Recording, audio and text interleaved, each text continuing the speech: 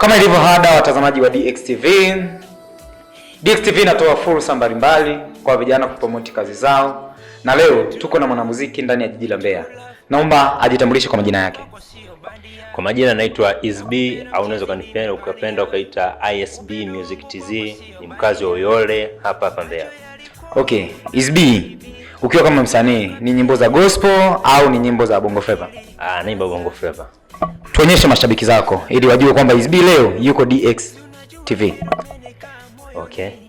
Asante Mungu kumekucha, kumekucha, nawaza kuandika mavesi, ISB ndo kipaji changu, ila ndo kwamba nakumbukaga, nakumbuka mfukoni sina hata senti mimi,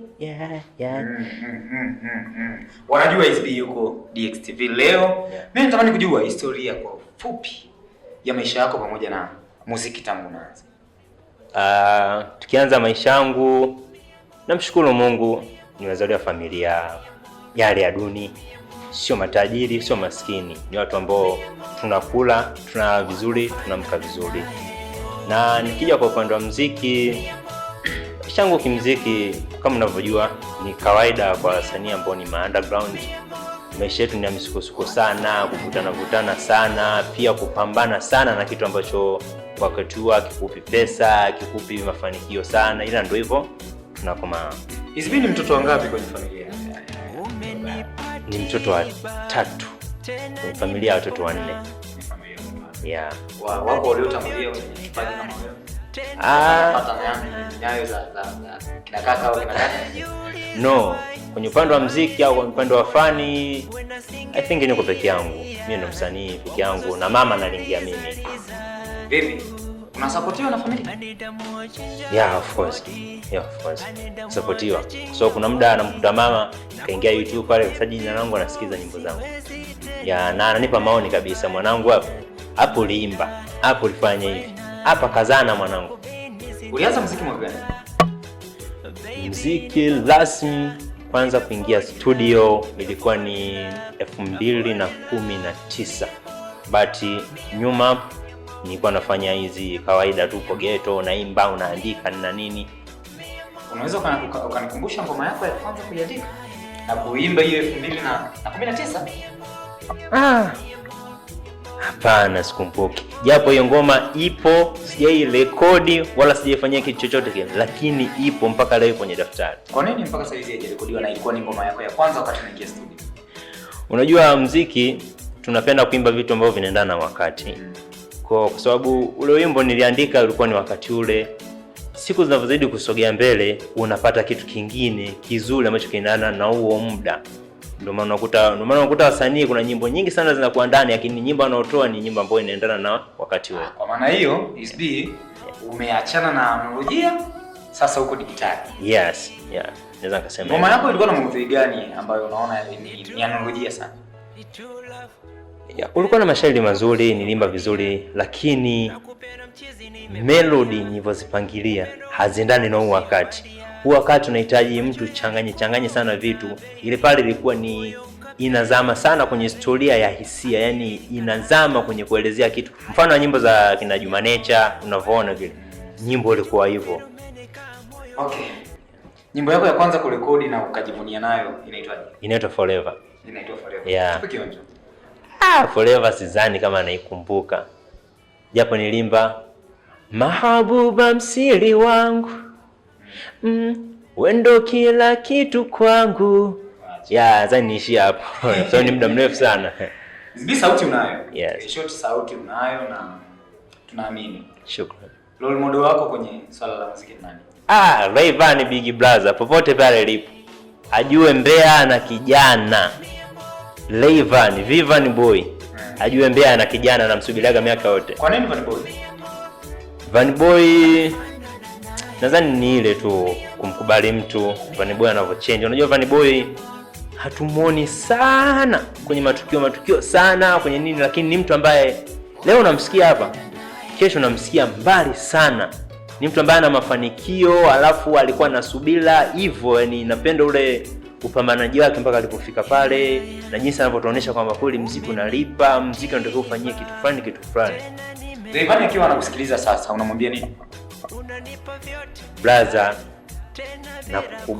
na kukubali miaka buku. Natamani na mimi nije nikae nafasi ya kuslavu. Tuje tuchwane na hapo alipo. Huo ndo ujumbe wangu kwake. Na kuslavu namwambia kabisa ajipange, kama Rayvanny akinibeba paka niweka pale nikakaa. Kuslavu ajipange kushindana na mimi. Utajisikiaje siku ukiingia Next Level Music? Nitajisikia furaha sana kwa sababu nina vitu na nina madini sana. Okay, fine. Rayvanny akiwa anakusikiliza, natamani ajue kwamba ana shabiki yuko Uyole. Yes. Na huyo shabiki naye ni mwimbaji kama alivyo Rayvanny. Yeah, ni shabiki pia ni ni msanii, yani ni shabiki pia ni msanii. Yes. Wakati huo natamani kujua ni nyimbo gani konki ya Rayvanny ambayo unasema hii ikipigwa mimi Rayvanny nilinyosha mikono. Mapenzi chenga yakikupiga unasalenda. Wengi wakipenda wanasahau kuna kutendwa. Wapi mkandarasi wa moyo, ukuta mapenzi unabomoka. Sendaza kutoka machozi, tuishie hapo. Nimependa sana. Yes. Haki ya Mungu nimependa, lakini naamini katika kusafa kwenye fani kama hizi unapitia vingi sana. Yes. Mimi natamani kujua changamoto ambazo umezipitia mpaka kufikia siku ya sasa. Changamoto nyingi sana. Kama unavyojua underground tunakosa vipato, tunakosa pesa, tunatamani kufanya vitu. Mimi nina vitu sana ndani, lakini uwezo wa kwenda kufanya ni mdogo sana. Nitaji nipambane, nile, kazi yangu inilishe, inivalishe, iniweke brandi, pia inifanyie muziki, nikarekodi, ni shoot. Nje na muziki, SB ni mtu gani? SB ni mtu ambaye anapenda kusmile anytime. SB ni mtu ambaye anapenda amani anytime. SB ni mtu ambaye anapenda kuongea na mtu. SB sio mwongeaji, lakini akipata mtu anayeivana naye, SB ni anaongea mpaka anakera. Yeah. Okay. Baada ya kumjua SB kiundani, natamani kujua show yako ya kwanza ambayo haifutiki kwenye akili yako. Natamani hiyo show itokee hata leo. Sijaifanya show, lakini naimbaga kwenye mabaa kama unavyojua, kwenda kuarusha tu watu hivyo, lakini kupata shows bado. Kuna katika kuimba huko, kuna moja unasema hii niliamini kama mimi nimetoboa, lakini kumbe bado sijatoboa. Hiyo feeling tunaipataga tukiwa stage, tunaipata sana tu. Kuna muda unaimba kitu, watu wanaruka, wanakuja wanakupa 2000, unatamani ingekuwa nimekaa hapa naona jukwaa kubwa umejaa watu 1000, 2000.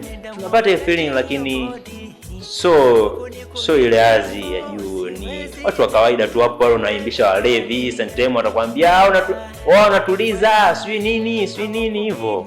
Hizo ndio changamoto unapoimba sehemu kama hiyo. Yes. SB ni mtu wa kupendeza. Yes. Je, anapendeza kupitia muziki au kuna kitu kingine anakifanya nje na muziki? Hapana. SB bwana anapendeza alivyo tu, kama ni msafi, anapenda kupendeza.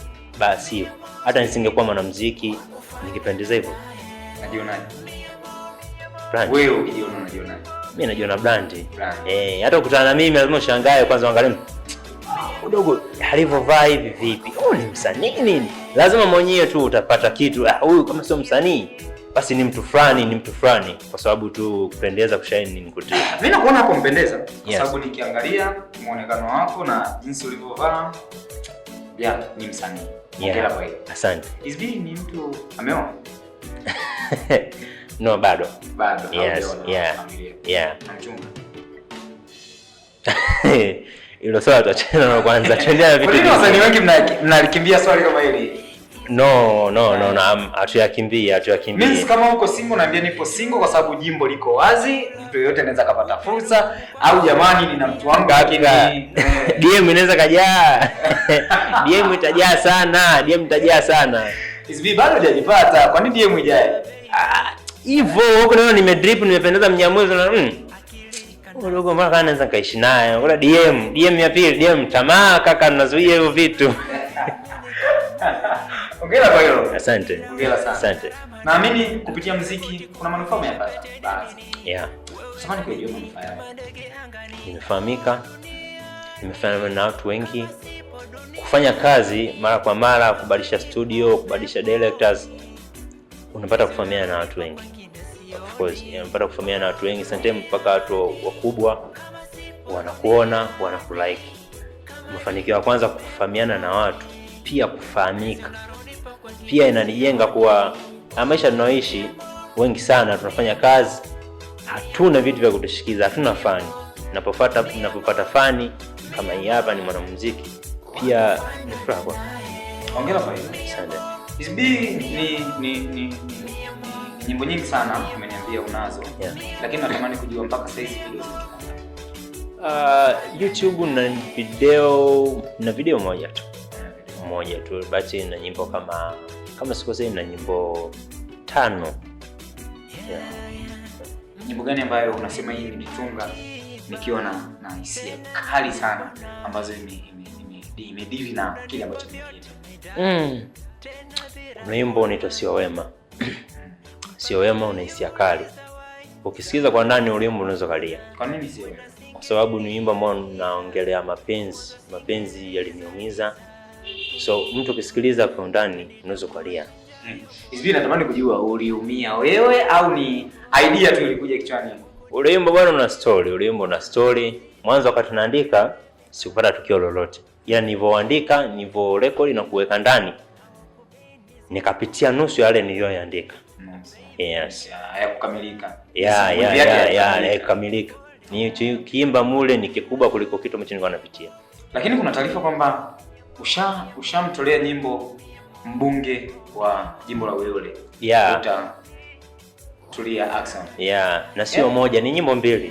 Hebu nipe kionjo cha Dr. Tulia. Oh, tulia wewe, tulia mama, tulia mama. Oh, tulia wewe, tulia mama, tulia mama. Ulofanya yafichiki, tulia wewe, tulia mama. Ukweli wako tunasema, tulia wewe, tulia mama. Hivyo. Vipi ushawahi kuonana na mheshimiwa? No, sijawahi. Natamani sana nione nafasi. Vipi hata wale vijana wake? Vijana wake karibu nishaonana nao, lakini wimbo wa kwanza ulileta shida kwa sababu kuna vitu havikukamilika, ulileta shida japokuwa ni wimbo ambao ulikuwa ni pendo, alipenda vizuri, lakini ulileta shida, sikufanikiwa. Na nilipokuja kutoa wimbo wa pili kwa mheshimiwa Tulia, kuja hapo onekana nipo nje ya muda, penye sitazinduliwa, kwa hiyo nafasi hiyo sikupata, lakini wimbo nilipeleka ofisi. Hongera kwa jitihada kama hizo. Lakini natamani kujua leo ungetokea mheshimiwa na kusikiliza, unamwambia mama? Na mengi sana kumwambia, kwa sababu mama ni mtu, kwanza vitu nilivyovimba kwenye zile nyimbo, hata mwenyewe akisikiza anasema hivi ni vitu ambavyo wanavifanya kweli. Hata mchukue mtu mpinzani ukamleta hapa Tulia, vile vitu nilivyovimba atasema hivi ni kweli. Hivi ni kweli mama kavifanya. Kwa hiyo na mambo mengi sana kumuelezea. Pia ni mama ambaye anaheshimika, pia ni mama ambaye anatenda wema sana. Hilo alifichiki kwa upande wake. Okay. Kupitia fursa ya uimbaji, unawaambia nini vijana ambao bado ni maandalizi mtu kama wewe? Aisee, tupambane. Muziki ni mgumu saizi, muziki ni mgumu. Kuna vijana anaimba mwenyewe naweza nikashangaa, kijana kule nitamwenza. Kwa hiyo tupambane sana. Muziki una changamoto, muziki ni mgumu. Muziki hauleti hela mapema, inatakiwa kuasu. Nje na Rayvanny, ni msanii yupi ambaye unatamani kufanya kwa Baba Simba. Au King Kiba. Au ndo mabwiji wa muziki. Yes. Na mimi model wetu ambao wanawakilisha muziki wa Tanzania kwa nchi yetu. Mimi natamani mtu akitaka kumpata anampata wapi? Kwenye mtandao wa kijamii inapatikana kule, ukiandika ISB Music TZ unanipata.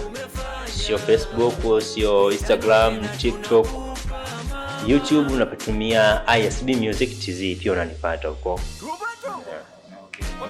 DXTV inakupa fursa sasa ya kuongea na mashabiki zako na kuwaambia nini unatamani. Nachopenda kuzungumza na mashabiki wa DXTV ni kwamba Mimi ni kijana yenu kutoka Uyole. DXTV najua ni yetu ya hapa Uyole. Ya napenda kuambia jamani, tushikaneni mikono, tupendaneni. Pia DXTV ni ya kwetu jamani, ni ya kwetu na ni ya nyumbani. Kwa sababu mwanzilishi ni mzao hapa. Lakini kikubwa sana kutoka kwangu mimi ni kuomba support kwa mashabiki na kwa wadau wote wa DXTV na watu ambao wanatazama saizi na wadau wa Uyole pia. Pia tusinyimane fursa jamani.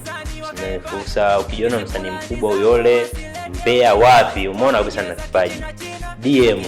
Hakuna gharama za kusema tunatunzana gharama jamani kufanya nini. No, watu tunajitafuta. Kwa hiyo support ndio kubwa sana ambayo tunahitaji kwa sisi underground ambao bado kabisa hajaanza kuingiza pesa, hajaanza kufanikiwa, mafanikio hayaoni mpaka saizi.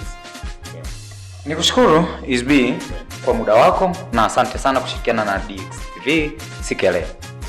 Nashukuru sana. Mtazamaji wa DXTV, tumefika mwisho wa mahojiano yetu na msanii wetu ambaye anatokea ndani ya jiji la Mbeya lakini yupo hapa Uyole, ni mwimbaji. Ingia YouTube, search SB TZ Music basi utampata. Chao.